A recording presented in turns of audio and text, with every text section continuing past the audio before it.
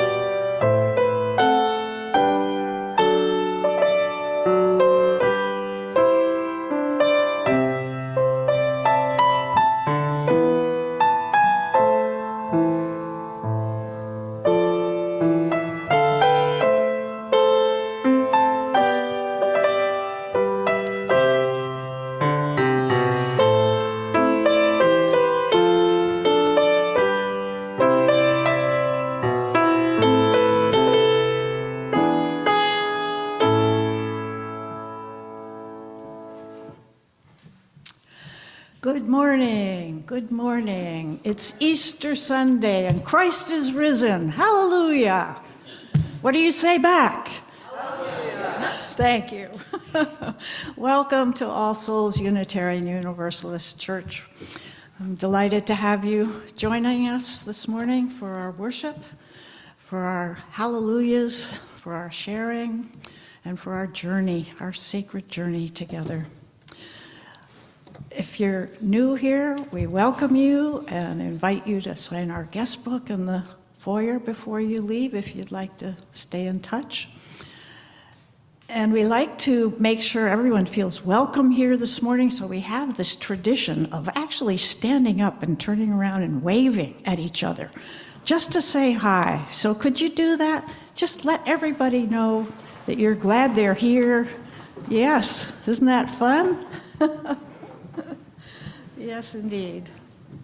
Yes. Sometimes this goes on for an inordinate amount of time, but it's just meant to be a welcome. Thank you. Thank you. Yes, what a blessing to be with each other today. And now we're going to just take a quiet time to be here, to breathe. Breathe deeply. Come into this ancient, sacred room, hallowed by so many. Be present, be focused, be at peace. We come together this morning to remind one another to rest on the forming moment of our lives, to resist the headlong tumble into the next moment until we claim for ourselves awareness, gratitude, taking time to look into one another's faces and see communion. This house of laughter and silence, memory and hope is hallowed by our presence here today. Let us take this time for quiet reflection as we listen in silence to the prelude.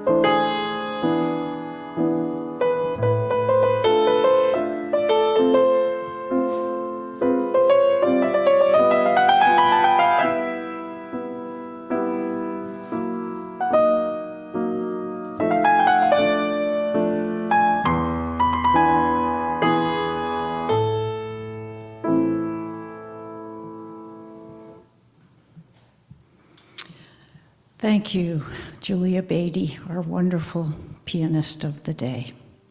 Beautiful music, thank you. And now I'm going to invite Owen Kennedy to come up and light the chalice. And he has a particular greeting for us this morning as the chalice lighter.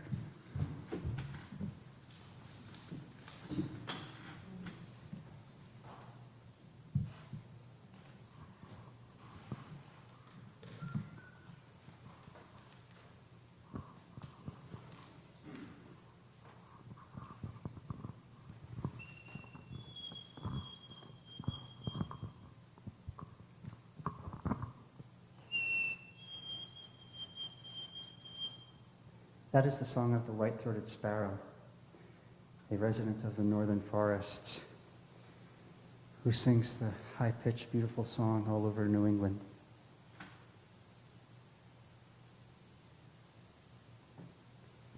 And we also have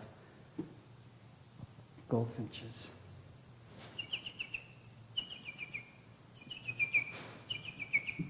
And that's a flight song. And we also have the northern cardinal.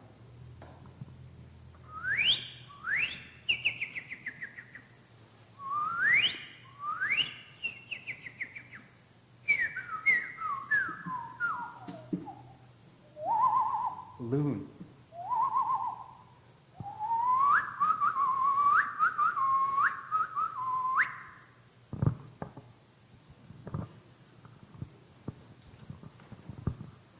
So Owen, I have a question for you. That moment when you realized that you wanted to put all the energy and effort it would take into learning 400 bird songs, what were you feeling? Well, I'm not sure. I always felt sort of joy being among the wild things of the world, out in the forest and the marshes and everywhere else. But it was 1976. I was walking down the streets of Newport, Rhode Island. It was the year of the tall ships. I was working with my grandmother. And a chickadee landed on the line, like right in the town, and went. And I answered him without realizing I could answer him with exactly the same whistle. And from that day forward, I realized I can actually reproduce bird songs with my mouth and sometimes with my vocal cords.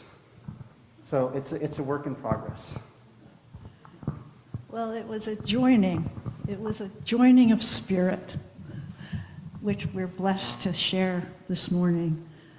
And I just wanted Owen to come because I wanted the sense that the mystery calls to us from everywhere. The only question is, are we listening? And how much Owen had to be listening to be called to do what he does.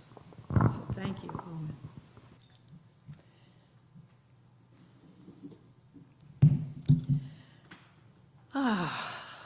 It's fun to plan a worship service and get to do what you want to do. And I like it that the Unitarians are sort of playful around worship and enjoying the varieties that we can find together. So I'm grateful for all the gifts that we share. So join me now in reading together the Congregational Covenant. We do this every Sunday. It's our pledge to the wider circle of Unitarians around the world who share this covenant with us, and we share with them. And it also gives us the focus for our week. This is why we get up on Sunday morning and come here. So please join me.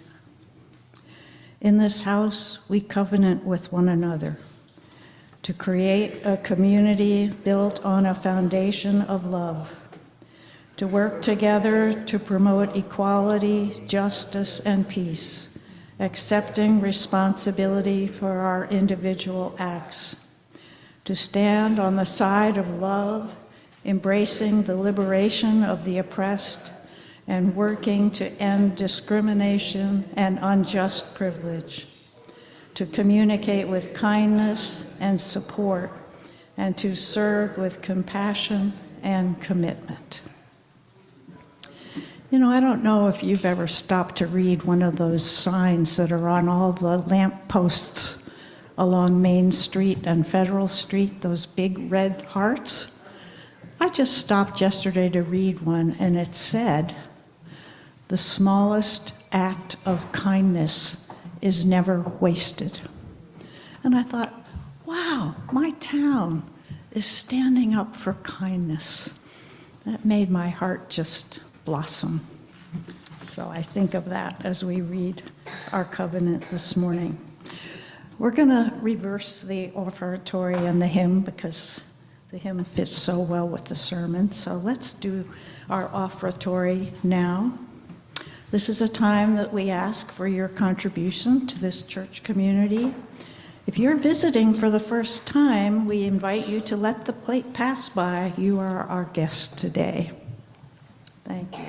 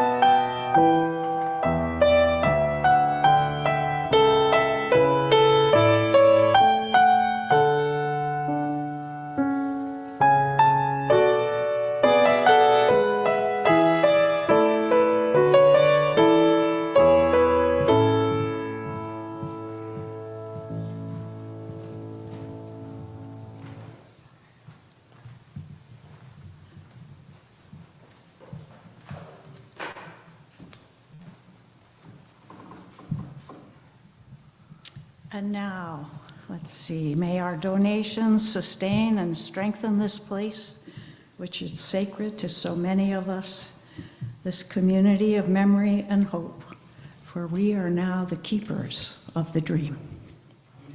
Amen. Let's join together and sing hymning number 123. And because it only has one verse, we're going to sing it through twice. Stand as you are able.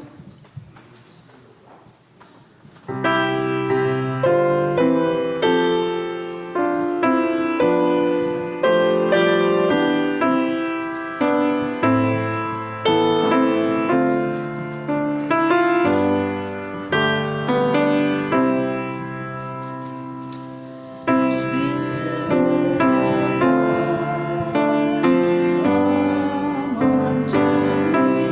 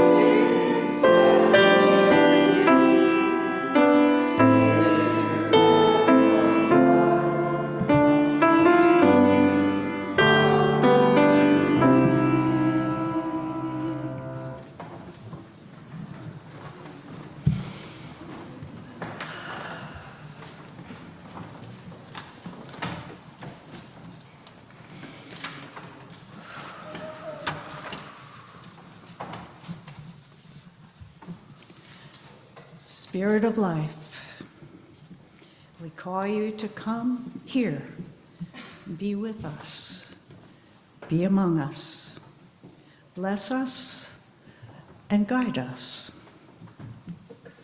As Unitarians, we don't dwell on the facts of Easter's story, but on the meaning, the calling that this day celebrates. Now, I haven't always been a Unitarian. I was very active in my Presbyterian youth group, even preached the sermon on Youth Sunday when I was 16. So here I am in my 80s, back in the pulpit. I gladly sang all the hymns about Jesus Christ is risen today, hallelujah. I went along with all the rituals of communion and confession, while unspoken was a deeper connection happening through music, through candles, stained glass windows, robes, and traditions, and mostly the music, which so early touches the soul.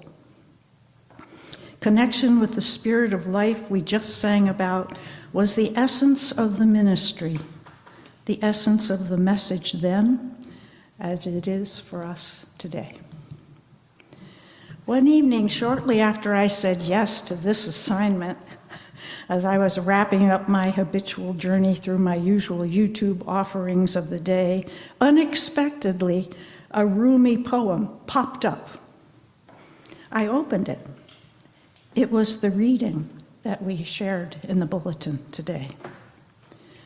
Initially, I was just surprised at such synchronicity, why this particular poem would come unbidden just when I had agreed to give this sermon.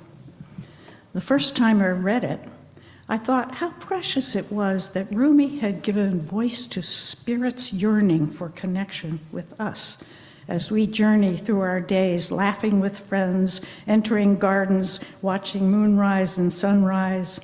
Don't go without me, it called. Our eyes looking and voices speaking, holding hands with friends. Don't go without me. I thought that was Spirit saying, hey, you human, don't go without me. Wasn't that the familiar call from the pulpit? Take Spirit with you wherever you go. Then I got to the last stanza where Rumi names who he is talking to. Ruler of my heart. And I had to rethink my first impression. Oh, it was Rumi's voice saying to Spirit, don't go without me. Isn't this the message of the risen Christ to his disciples on that Easter day of his resurrection? I am with you always. The stories in the book of Acts tell of the fate those disciples and Paul had as they struggled with arrests, persecutions, being struck off of horses, journeying afar, and even more crucifixion. Don't go without me. Their risk-taking was living proof of their own resurrection experience, moving from doubt to belief, from belief to commitment to serve. To me, this is the essence of resurrection. This longing for connection, for guidance, meaning, and purpose is the same story throughout history, across all cultures and religions, through stories, parables, and sacred texts. And so it became my focus for today as more clues about the message of this sermon kept tumbling onto my path. Now awakened to this ancient calling to follow Spirit, I remembered a poem that I had written when I was 14 that was my own version of Don't Go Without Me. I called it Taproot, the deepest rooting of a young plant. I sat upon a hilltop high and watched this earthly world go by. I thought of all the things I'd missed of fruitless striving leading to this, that nothing was mine which I had sought. But then I remembered what God has taught, that just as we are, we're all he asks to go out in his world and do his tasks. Then striving shall unselfish be, hopelessness gone, and love the key. to all that makes the world his way. Go out into my world, he said, and stay till I call you home when your work is done, life's struggle ended, your peace be won. No longer I sat on hilltop high, watching this needy world go by. Up I jumped to be on his way, my hand in his, the path to lay. Others I've found who have his purpose too. Together we'll make a sturdy crew, never to finish, but only to start. Not knowing the end, but knowing our heart. So early on, I had that same calling. Don't go without me. I'm jumping on board. I'm on the team. This calling has rooted me in the love of adventure, a sense of heading out as a servant waiting for instructions, not worried about how or what of the assignment, just the yes and the sense that I would be guided and put to good use. Isn't that the same call that Cory Booker heard when he fasted for 2 days before standing at the podium in the Senate for 25 hours to hurl his full-throated, courageous plea for the saving of our nation? He said the strength of the gospel songs. There it is, the magnetism of music again. The strength of the gospel songs is what sustained him in his quest for truth-telling. We are all warriors for loving connection. It's what makes our lives complete, even in the midst of dreams, dashed dreams, and imperfect striving.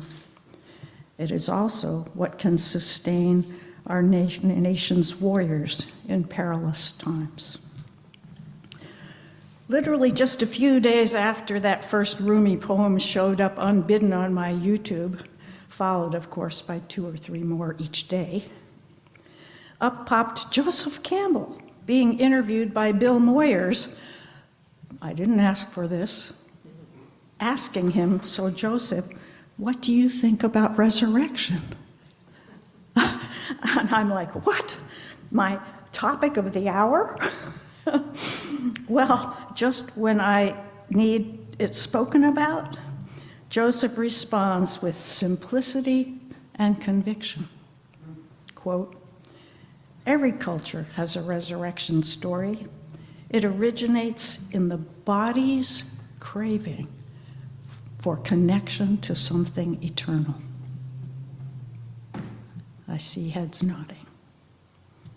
Yes, I could feel what he was saying. Isn't that craving what Rumi was calling out for when he pleaded, don't go without me? Isn't that what the 14-year-old was stepping into, not knowing the end, but knowing her heart? Isn't that ultimately why we are each here today?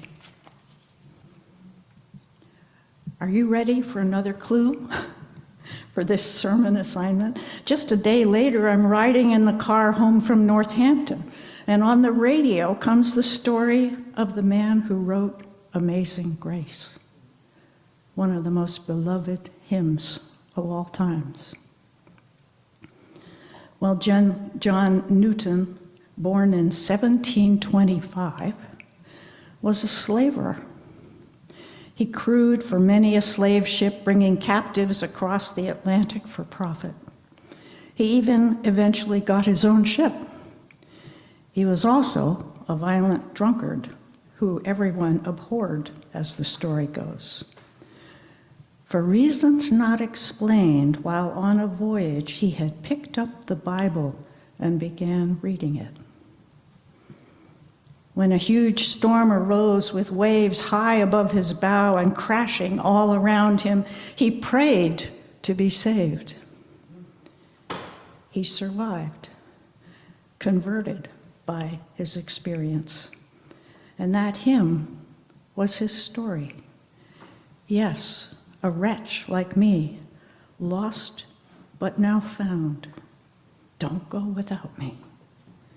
He transformed from imminent death to life with a faith that can endure 10,000 years, bright shining as the sun.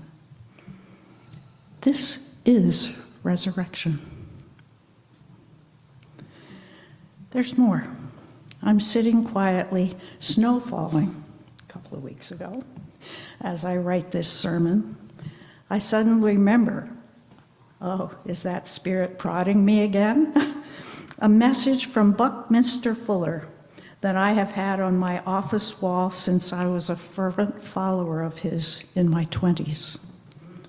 It's a poster with one beautiful blooming flower, and the words say, "For me it seems God is a verb, not a noun." God is a verb, not a noun. Spirit does not sit still. Spirit is always in action. Oh, wait, don't go without me. We call out as we let go of doubt, loneliness, and hesitation. Is it really true? And choose to join the others who have answered the call, the community of those yearning to be involved, be connected to the spirit of life moving in the world. Don't go without me.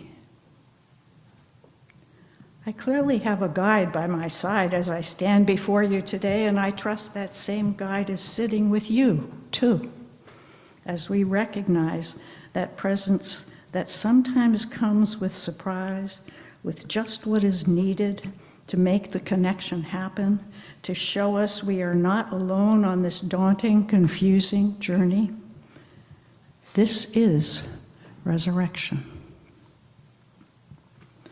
One more story bubbles up. I promise, just one more. In 2012, I went on a journey with Cheryl Hogan, who lives in Shelburne Falls, and for many years had been taking groups to the West Bank of Palestine, where she had built family-like relationships with people who needed help harvesting their olive crop, their only livelihood. One day, we traveled through a checkpoint manned by 18-year-old Israeli soldiers who inspected all of our luggage and passports and questioned us about our destination. We then stopped to visit the Jenin refugee camp, which is like a small city with thousands of inhabitants, not your usual idea of a camp. Amidst the bustle of stores, schools, bicycles, and cars, we came upon a 25-foot-high concrete block wall separating the camp from Israeli-held territory. The wall had a magnificent, truly breathtaking mural with a huge Palestinian flag flowing, birds flying in a brilliant blue sky, flowers and crowds of people. In the midst of the swirl of life were two giant words: love wins. In this moment, my heart, so burdened with grief at the plight of the people, just filled with joy. How can this be true in the midst of such suffering? Don't go without me. Oh, Rumi, how your heart listens. Oh, the artist of those words, how well you listen. Are we listening today? Wasn't this the resurrection happening right in the midst of today's Roman Empire? Our own call in the midst of our present-day empirical cruelty. What a declaration of faith. What a trust that no matter our circumstances, Spirit is present. Spirit abides with us, strengthens us in time of strife. This is how love wins. This is resurrection. As I journeyed through the writing of this sermon, I have had the opportunity to reflect on Jesus' decision to head to Jerusalem. He was only 33, at the height of his ministry, with multitudes hanging on his every word and 12 faithful disciples at his side. Why would he choose to face the powers of death and denial? Why not be a Thich Nhat Hanh and live to 95? Gospel writers tell us of his oh-so-human pleas that night. Lord, if it be your will, take this cup from me. Or on the cross, Father, forgive them, for they know not what they do. We can feel Jesus' human vulnerability in these stories, but the Spirit guide within said, "Go, take up your cross."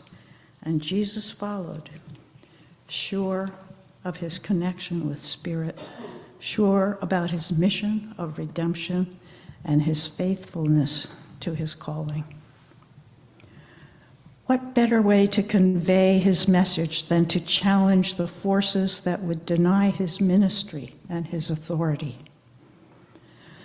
Ah, such a teacher, the essence of teacher, who says you can only find the truth by going out beyond all you know and risk everything to learn what you cannot learn by staying in the safety of what you already know. Let me show you the power of resurrection, the true connection with Spirit that goes wherever it will, that shows whenever we are willing to see that love wins. The empirical powers of this world, greed, conquest, and control, cannot prevail over the power of love. Jesus had to live that truth for us to understand, to believe, to follow. This is resurrection. Easter is about transformation, a great shift from hoping and longing and waiting to willingly receiving. It is a gift of life waiting for your hands to open and reach for it. It's not earned. It's a blessing. It is a belonging that restores hope, renews commitment, and allows you to rest from the burden of suffering. It is liberation from suffering. You don't have to wait until everything is okay to feel joy, gratitude, and purpose. Spirit calls you. You answer. Don't go without me. How we choose to express that love today is the resurrection in action in present time. We are called to serve love no matter the circumstances, whether we be rich or poor, black, white, or brown, old or young. Every day, the choice is there. The call is there. The path is there. It's a choice we make. Don't go without me. You who made the sunrise, the moonshine, the sacred laughter of friends, the intimate touching of hands, the glow of the rose. You who turn the earth, who shows us in every resurrection that love wins. Love prevails. It is an invitation. What is your response? Don't go without me.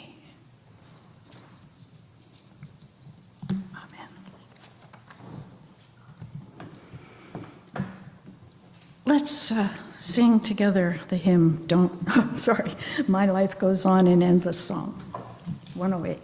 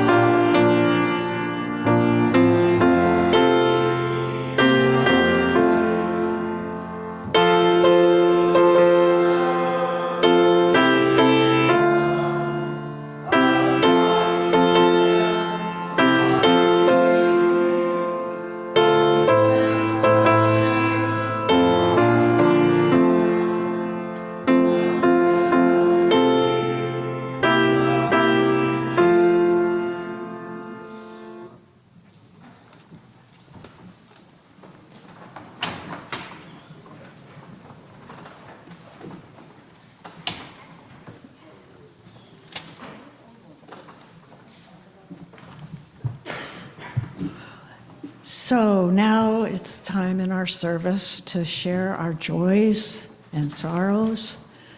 Ray's going to come and light the candles, and Kate's going to carry the microphone around. If you have a joy or a sorrow that you'd like to share with the congregation, just raise your hand. This is not a time for announcements. There will be announcements following the service. So we hope that you'll keep your comments brief, so there's lots of time. And we welcome new people who might be visiting for the first time to just introduce yourself so we can greet you and welcome you. Okay. And maybe we could invite the Zoom folks. Who's with us in Zoom land? This morning we have Carlin Saltman, Gary and Christie, Jay Lincoln Hurst, Joan Pillsbury, Maria, Molly Chambers, and Trudy this morning. Welcome.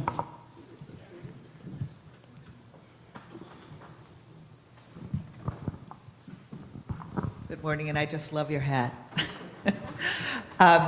We're happy to have my brother visiting up from Hartford. So welcome, John.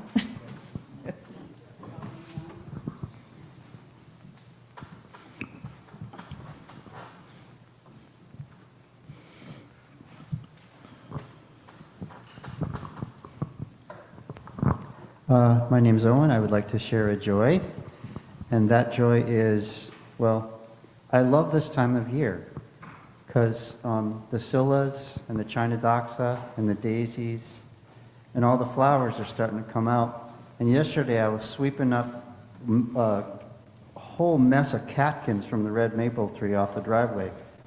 And it just made me happy to be like sweeping up the catkins because I know that shortly we'll follow the leaves. And spring is just a great time of year to be alive. Thanks, Owen.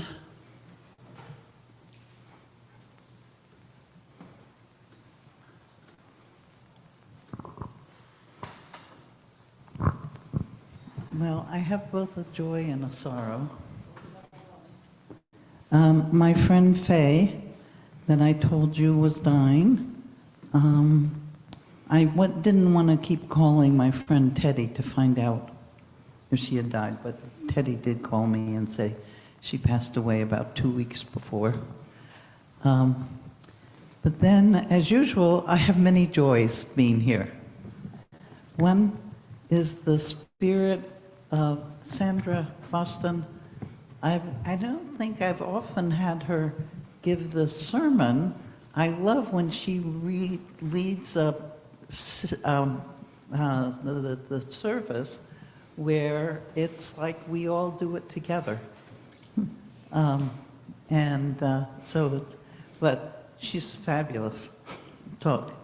And my joy is my granddaughter and her parents, those old people that follow her around, was here for my daughter's birthday.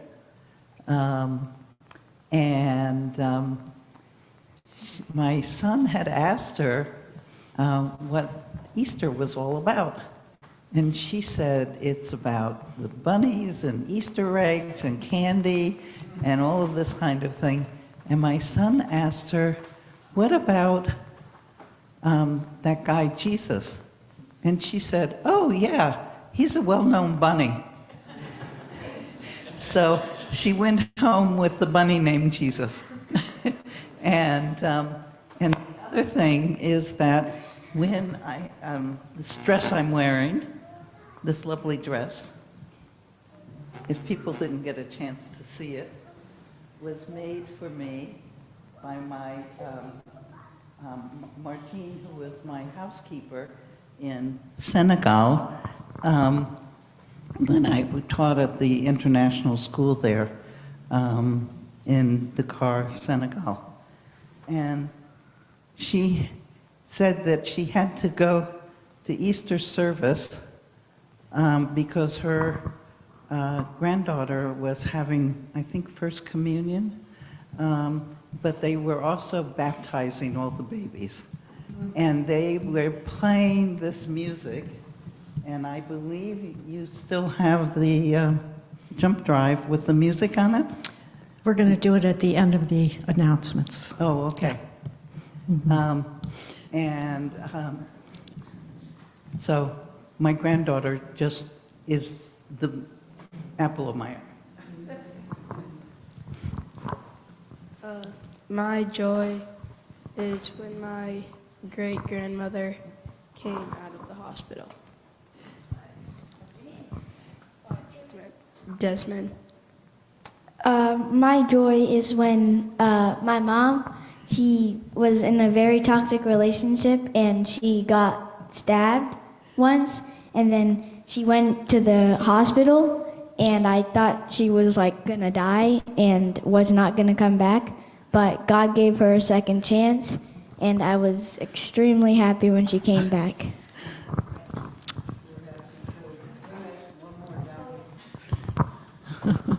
My name is Satania. Hello, I'm the mother.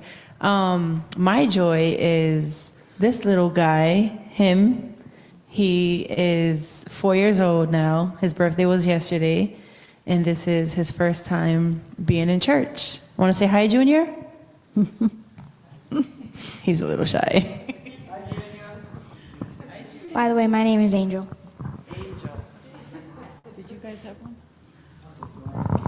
Morning, church. I'm glad you lived also. Yeah. My great joy is that I'm alive today to see a beautiful spring.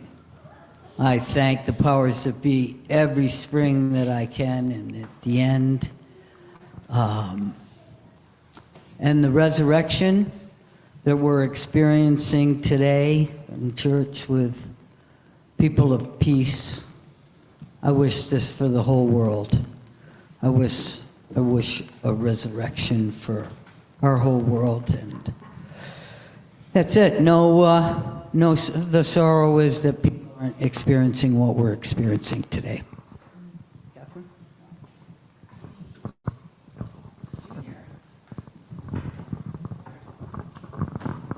My name is Junior, and I love monster sharks. This one is my favorite. Happy Easter. Thank you, Junior. Anybody on Zoom? Oh, there's Robin. Gary and Christy would like to share sorrow.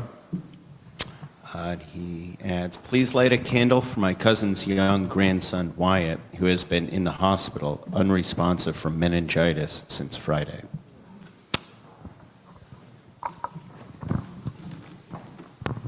Hi, I'm Robin. I have a sorrow and a joy. The sorrow is I learned that Amara's beloved dog walker and friend, Brianne Thomas, passed away this past week. And she was just a dear, sweet, young woman in her 30s. So I'm very sad about that. My joy is that I had really have been having a wonderful birthday this week with dear friends, and also just getting out protesting and all kinds of things that feel just right. Thank you. Happy birthday, Robin.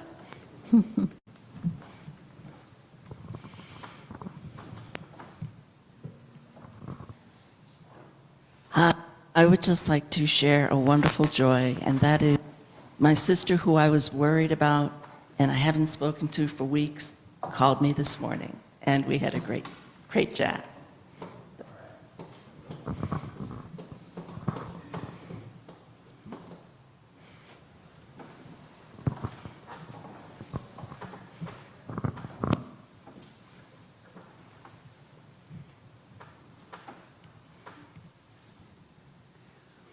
Well, I'd like to light a candle. My family's here today. Welcome, family. Okay.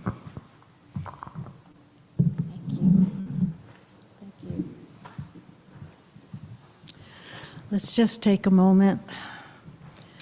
Spirit of community in which we share and find strength and common purpose.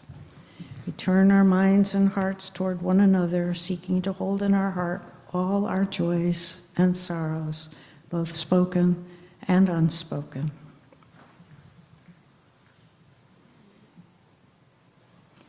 Let us open our minds and hearts to the place of quiet, to the silent prayer for the healing of pain and the soft, gentle coming of love.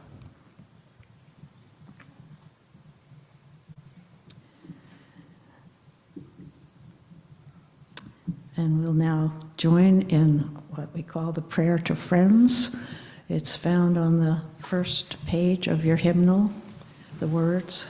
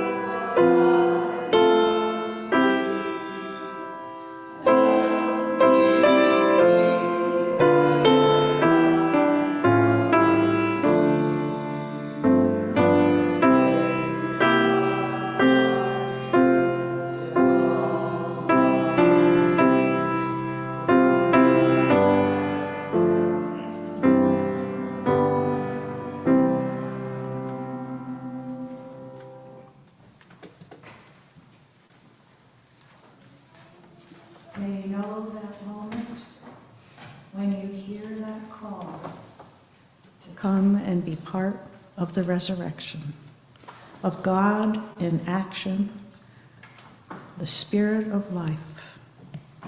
Don't go without me. Amen.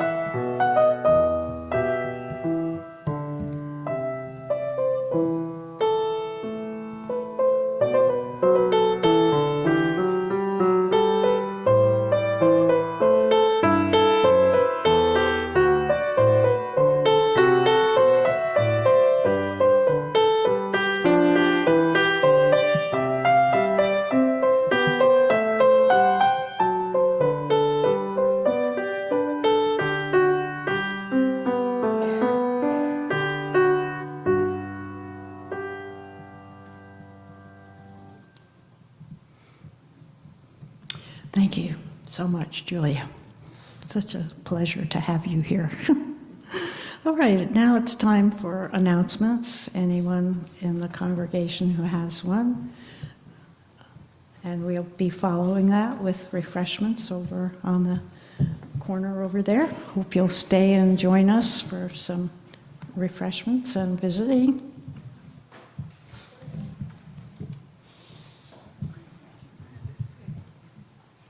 So all I have to say is at noon tomorrow, we've got a parade, Joyful Noise Parade.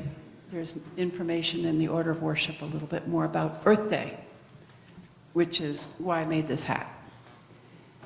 And then another announcement is that next Saturday, the 26th, there's going to be a workshop here, a full day thing, building beloved community beyond the binary.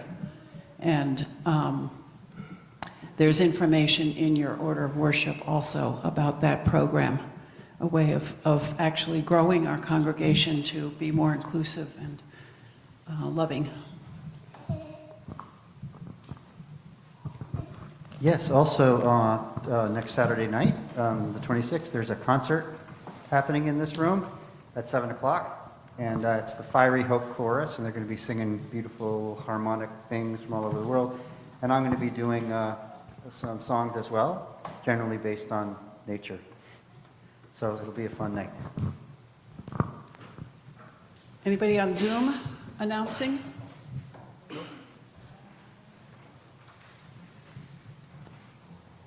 Let's have fellowship. 26th is Saturday. It's 26th Saturday is a concert, and then of course we'll have our Sunday service on Sunday. Oh, yes. So I think Karen's did flash drive, her Senegal music. And I think, do we have to say goodbye to the Zoomers at this point? Because of outlets? Bye, Zoomers.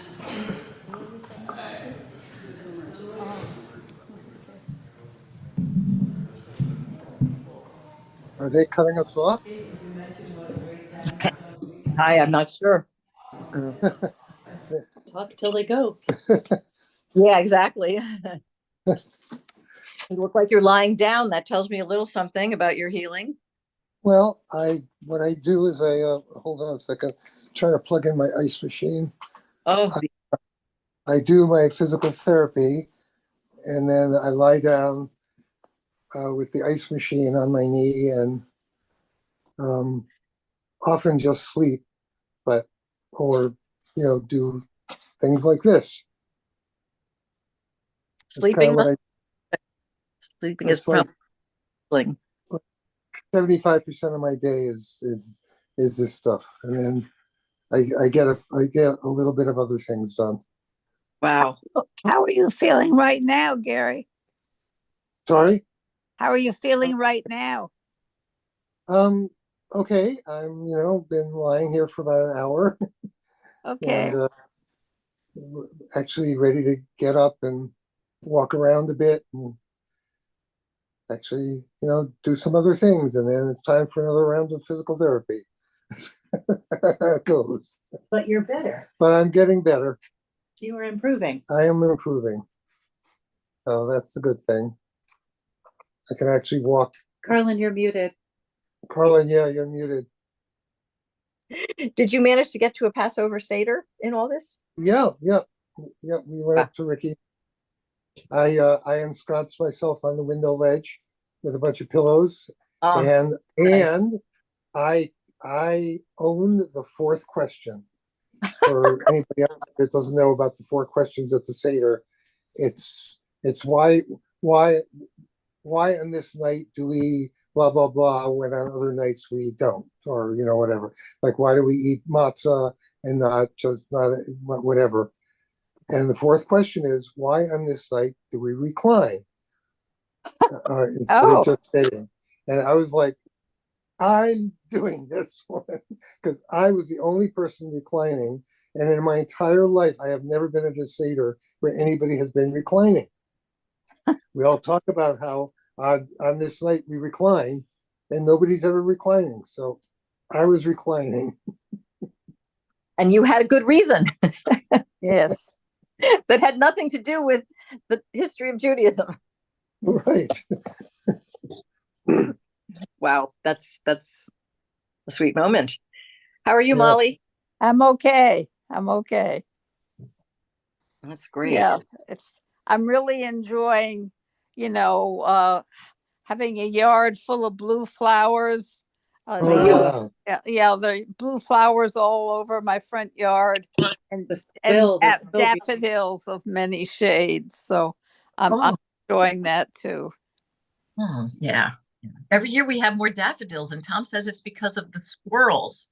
Apparently, they move the bulbs and make more daffodils. Does anyone understand why there are more daffodils thanks to squirrels? Yeah, Well, we know that there are more that makes daffodils. sense. If the daffodils divide and they're little different parts of the bulbs, and then the squirrels only replant part of the daffodil, that would move them around. So that would make total sense.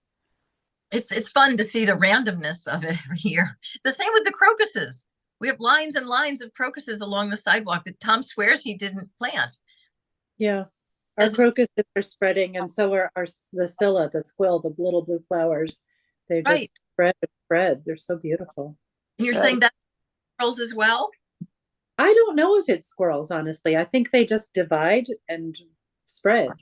Yeah. I don't I know. also have fun. Across from me, there's a hill that normally is full of weeds. And over the years, I've planted daffodils and other bulbs in the hill. So even though it's technically not my yard, I get to enjoy it because it faces my front porch. So Guerrilla gardening, that's fantastic. yeah. Yeah, guerrilla gardening. You created a meadow in a way. Yeah, yeah. There's a lovely story, children's book. I don't know if anybody ever saw it, about Miss Rumphius. Miss Rumphius, that's such a good one. Yes. Yes, and she went and planted all different places that weren't technically her yard, but The making lupin. bloom. There is a thing. There's an actual movement of people that, what do you guerrilla Gardening. gardening, just people just planting things wherever on public land. Yeah. So you're part of that. You're part of that movement. Does anyone have that book, Miss Rumphius? I do. Yeah. You've actually got it. Wow. Gotta put that on the things I would love to borrow from you. along with the cat claw clippers. You remember. What a great memory you have, Gary. How is the cat situation, Carlin? You guys acclimating?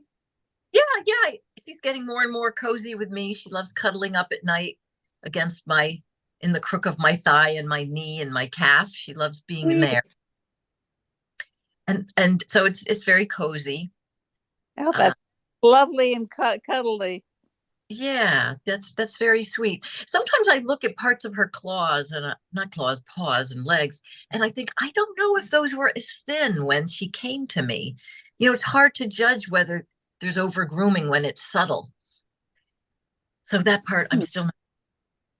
I need to start taking pictures of her body, I guess, so that I can see if it changes. She doesn't seem to be grooming as much as she was a few weeks ago when I think I first mentioned it, when it just seemed like for so much amount of time she was. So from that point of view, I think she's less anxious and much more settled. Thank you for asking. Good. I will keep you posted. And I think of you all the time when I empty the kitty litter. I know that's not very pleasant to say, but you warned that the horse bedding pellets would not be good for one or more reasons. And first of all, she will not touch them. She touched them once and decided that was that. And so I'm about to go out and buy one of those ones that you did recommend. World's Best, did you say? Yeah. Yep. From the Agway Farmers Cooperative? It's sold everywhere. And is that different than the Arm & Hammer? Yes, Arm & Hammer is clay. And World's Best is something else? Yes, Corn cobs it's or corn. I think something? it's corn based. You can flush it down the toilet. Oh, yes. Molly, do you have any opinions about kitty litter? Um, not, I use all different types, but I'm currently not I don't currently have a kitty, so I don't have, yeah. Yeah, I mean, sometimes I put it in my garden, sometimes I just put it in the trash. Um, yeah. And do the corn cobs, well, speaking of garden, first of all, do they clump to make it easy to remove? World's Best. It depends on the brand. We had tried, like there's a pine brand. I forget what it's called. We tried a number of different non-clay litters, and World's Best actually is. It just It does they clump, live yeah. they live up to their it lives up to its name. So Um, it sufficiently to remove what you need to remove, yeah, and then leaves the rest for continued use. yeah, and And then we actually have two kinds of litter scoops. One that is fairly fine, that is good for the. Anyway, it doesn't matter. But we just it's just a system we figured out. That's more detailed. Yeah, there's more detail than we need to necessarily get into, but Yeah. but there's the finer ones, and this thicker, broad or more open Yeah. size. So we actually, I use both depending on what I'm scooping. with the corn cobs. Well, it's not corn cobs. It looks the same as clay litter. Oh, great! My cat will like that. She doesn't like It change. actually it's just litter. It's just made from corn. Ah, oh, that'll be a real relief because she just is so. After 8 years, she's used to what she's used to. So that's great. Does it sound the same? Yeah, everything looks whether she'll use it or not, I can't tell you. But Right. don't get the scented one. Get the unscented. They just have plain litter. Just Yeah. And does it? So it doesn't have a name like clumping or. it's just look for World's Best. We actually use the multi-cat version, which I think worked a little better. It's the same price. What do they mean by that? That just means that it can handle more things in it. More traffic. That's what it sounds like. That it's for Yeah. people with one cat. Right, but whichever one whichever they both work. Just don't get they've since added some like with lavender scent and this and that. Just get the basic World's Best. Okay. And can I find this at the farmer supply? Yeah, I or think so, or or the Smithland. grocery store, They should have it. or Smithland. It's pretty common. It often goes on sale at Big Y. Smithland, Amherst and Northampton. It used to be Dave's. It's Smithland. They have it. Yeah. But I'd be surprised if Greenfield Farmer Supply doesn't have it. Great. It's a way to keep my money local, I think. Yeah. And Big Y is sort of local. I mean, it's local, and they sell it. And you've actually seen it on sale there? Oh yeah. Well, I think I probably have a rain check. You know what? We might even have a bag. I have no idea. We might have a bag of World's Best. We stopped using it because we were having some rodent issues. Oh, you want to talk? I'd be happy to. We can look, but in the meantime, you can definitely buy it on the store at the store, regular store, or try Greenfield Farmer Supply. Okay. That's enough cat litter talk. Thank you both, all three. Christy says enough cat litter talk. Thank you for weighing in. It sounds like you all had a good experience with World's Best as well when you used it. Yeah. And you even put it in your garden, which I've heard. No, we didn't. Sorry about the cat litter talk. Christy made a request. Decide we We had. could talk about poo though, if you want. Molly, did you find a housemate? I'm not real actively looking for one, but if you run across somebody who, you know, Yeah, I did pass it on to someone specific. I don't remember now who, but it yeah, sounds that, work that out. that's fine. Yeah, yeah, I think it was a friend of Carol Letson. yeah, yeah. It's a really good price. I mean, it's only $520 a month. Wow. In the With current market is this, yeah, a one bedroom housemate scene where we share, household tasks. So I have one other housemate now, and he does kind of like snow shoveling and lawn, but I'd like to get a female, but recently as I mostly had males, but anyway, uh yeah, either is fine. Yeah. And I well, add references and security deposit. sure, Yeah, sure. usual Well, stuff. Gary, Christy, and I know a lot of people, and Tom's listening in too. So you've now helped market it just by telling the four of us. We might run into. Okay. Okay. Yeah. And Carlin, your new tenants situation's working out. They aren't moving until June 1st when the. Oh, okay. So they're not in there yet.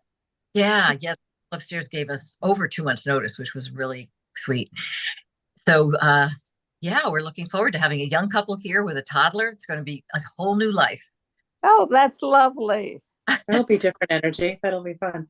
Especially since Tom's only child is not going to have, doesn't look like he's going to have grandchildren, or a child rather, for us to have grandchildren. So this is probably the closest we'll get, to having a grandchild-like person in our life.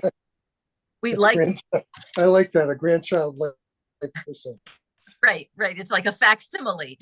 I mean, we're friends, so it's not like we're springing this on them. They know that care for them and want to care more for their son, and will probably end up being a babysitter once the mom stops wanting to be with him every second. Lovely. Yeah. Who knows where it will develop? We're just open to where the relationship goes, but it feels really, really special to have people in the house who are of a completely different generation. Who literally, this young couple literally could be our son and daughter. And so it's just really interesting, to try to be friendly and to be landlords when you're this much older. It's just going to be personally an interesting challenge, but one we're looking forward to very much. I have one granddaughter in DC and one granddaughter at UMass. Wow. Yeah. Really special to have someone who can come visit so easily.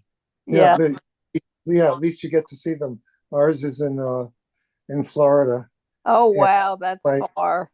Because of my surgery, we didn't get to go. We've been going down in March, and we didn't get to go this year. Oh, yeah. Hopefully, they'll be able to come up sometime this summer. Yeah. Jonah and the son. Yeah. Well, I am about to take some things to the Redistro.